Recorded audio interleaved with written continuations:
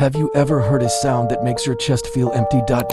As if something is calling from below. Let's grow this channel together. Subscribe, like, and share. A giant microphone made to detect nuclear explosions captured the sound, soft, then it grew louder, and kept growing louder, until the scientists looked at each other with pale faces. The bloop. A sound too big for any creature we know, like something waking up, or breathing in a place where even light is afraid to go. They called it an ice crack, an earthquake, anything just not a living thing. But when the recording was slowed down, the frequency changed into a rhythm, and that rhythm sounded like the heartbeat of something we've never seen before.